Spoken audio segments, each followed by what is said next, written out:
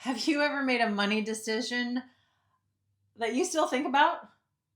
Not casually, not a passing thought, the kind that lingers, the kind where you hear yourself say, I should have known better. Welcome back. This is day 20 of your Money Mindset Reset. Yesterday, we talked about self sabotage, the patterns we run without always seeing them. Today is the natural next step because once you can see a pattern clearly, the temptation is to punish yourself for it. And that punishment is its own kind of stuck. So today we're talking about forgiveness. Not the soft, fluffy, abstract kind. The practical, specific kind. The kind that actually allows you to move forward. Most people aren't stuck because of the money mistake itself. The decision has been made. The money is gone. The situation has passed. They're stuck because of how they feel about it, the regret, the guilt, the quiet embarrassment that surfaces every time something reminds them of it. And that weight carried forward affects every decision that comes after. Because when you're still on trial for what you did in the past, you can't clearly think about what to do next. There's a real difference between taking responsibility and punishing yourself. Responsibility says, I see what happened and I learned from it. Punishment says, I should have been different. Even when, given who you were at that time, you couldn't have been different. Most people live somewhere in that gap without realizing it. One of the money mistakes I've carried the longest is going into business with a friend that I had known for 35 years. There was so much history there, so much trust built up over so many years that I relied on it in a way I shouldn't have. I trusted the relationship instead of watching the behavior. And those two things turned out to be very different. The business was undermined behind my back. Financial decisions were made that I didn't know about, that I didn't agree with, and ultimately I had to financially cover. When I confronted her about it, it didn't become a conversation. It became conflict, and not just any conflict. She had known me for 35 years. She knew exactly where and how I could be hurt the most. And she went there. In that moment, I felt stupid. The specific kind of stupid that comes from trusting someone you shouldn't have. Where you can't even be angry without also being angry at yourself for not seeing it sooner. But I want to say something about that because it matters. She went directly against decisions we had already made together. This wasn't just a values difference or some sort of misunderstanding. She acted unilaterally, repeatedly, and defiantly. That's not a business partner. That's someone who never saw the partnership as mutual. And the truth I've arrived at now is this: I should have spoken up about who she was long before we ever started a business. She had been really a bully for years, to me, to others. I saw it. I tolerated it because of the length of that friendship. and because I didn't want the conflict. And when you tolerate behavior that crosses a line, you establish that line can be crossed. The business mistake was costly.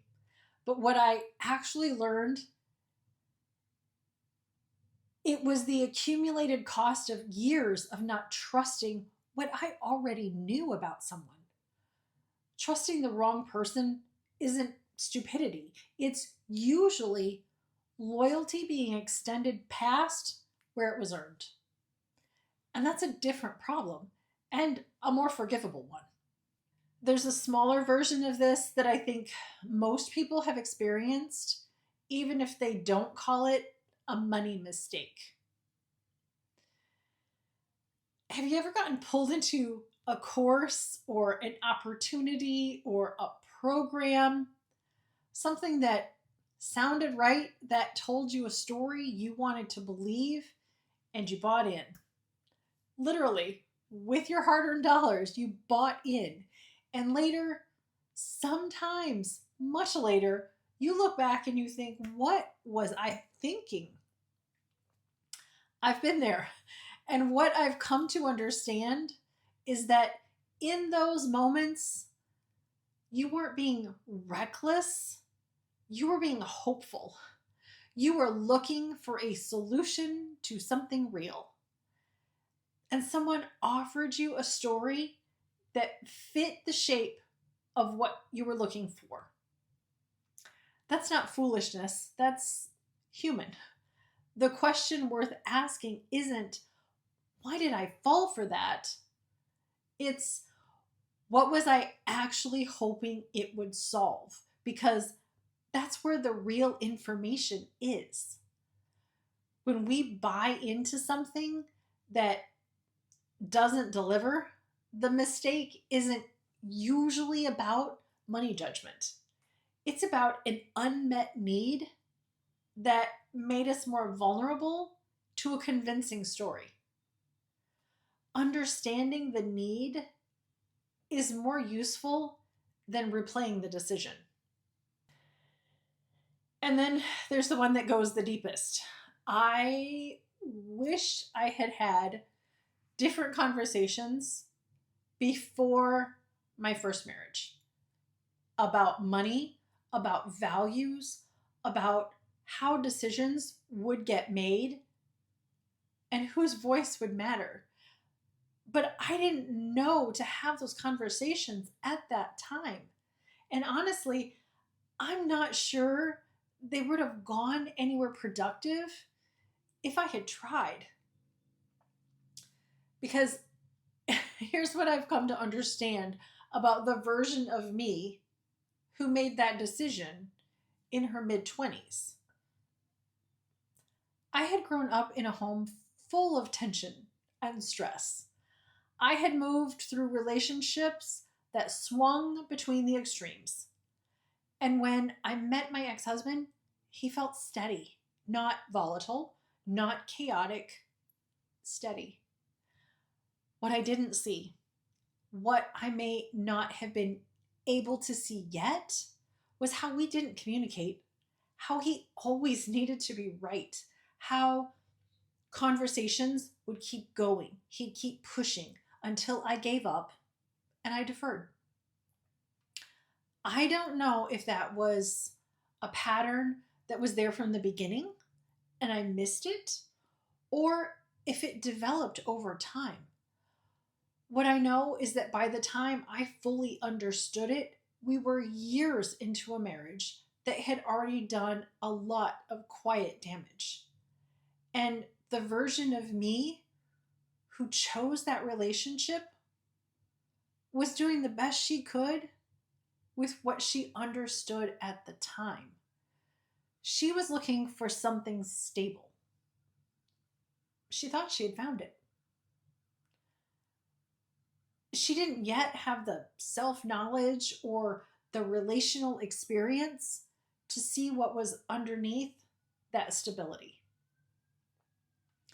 So I can't hold her responsible for what she couldn't see. And I've had to learn to stop trying. We make every decision with the version of ourselves that exists in that moment. It's shaped by everything we've been through up to that point. But judging past decisions with present knowledge, well, that's not fairness. It's a standard no one could meet. So, is there a money decision you've been holding against yourself? Now, you don't have to share details. Just tell me, are you still on trial for something that's already over? Because if you are, I think this might be the most important video in this entire series for you. Responsibility says, I see what happened. I understand my part in it. I learned what I needed to learn, and I'm carrying that forward. Punishment says, I should have been different than I was. I should have known things I didn't know yet. I should have been the person that I'm still becoming. One of those is useful. One of those is just weight to carry. And taking responsibility means you extract the lesson and you use that. Punishing yourself means you stay in the courtroom long after the case is closed. And you cannot build a new financial life while you're still putting your old self on trial. Forgiving a past money mistake doesn't mean pretending that it didn't happen. It doesn't mean it didn't matter. It doesn't mean that the loss wasn't real or the hurt wasn't legitimate.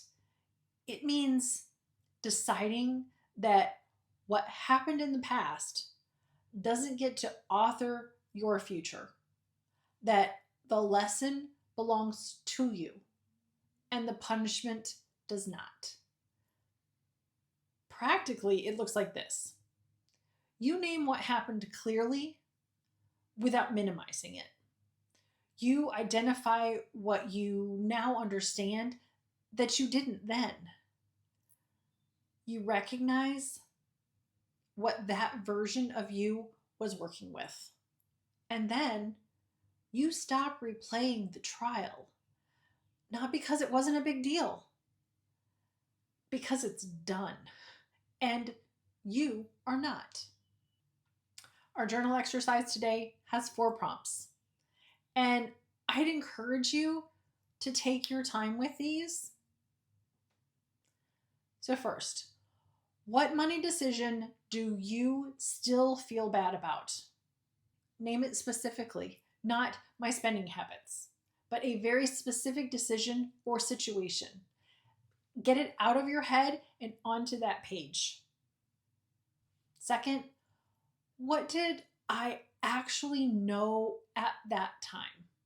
Not what you know now or what you had access to then, but what you had access to then. Information, experiences, self-knowledge. Be honest about what was and was not available to you.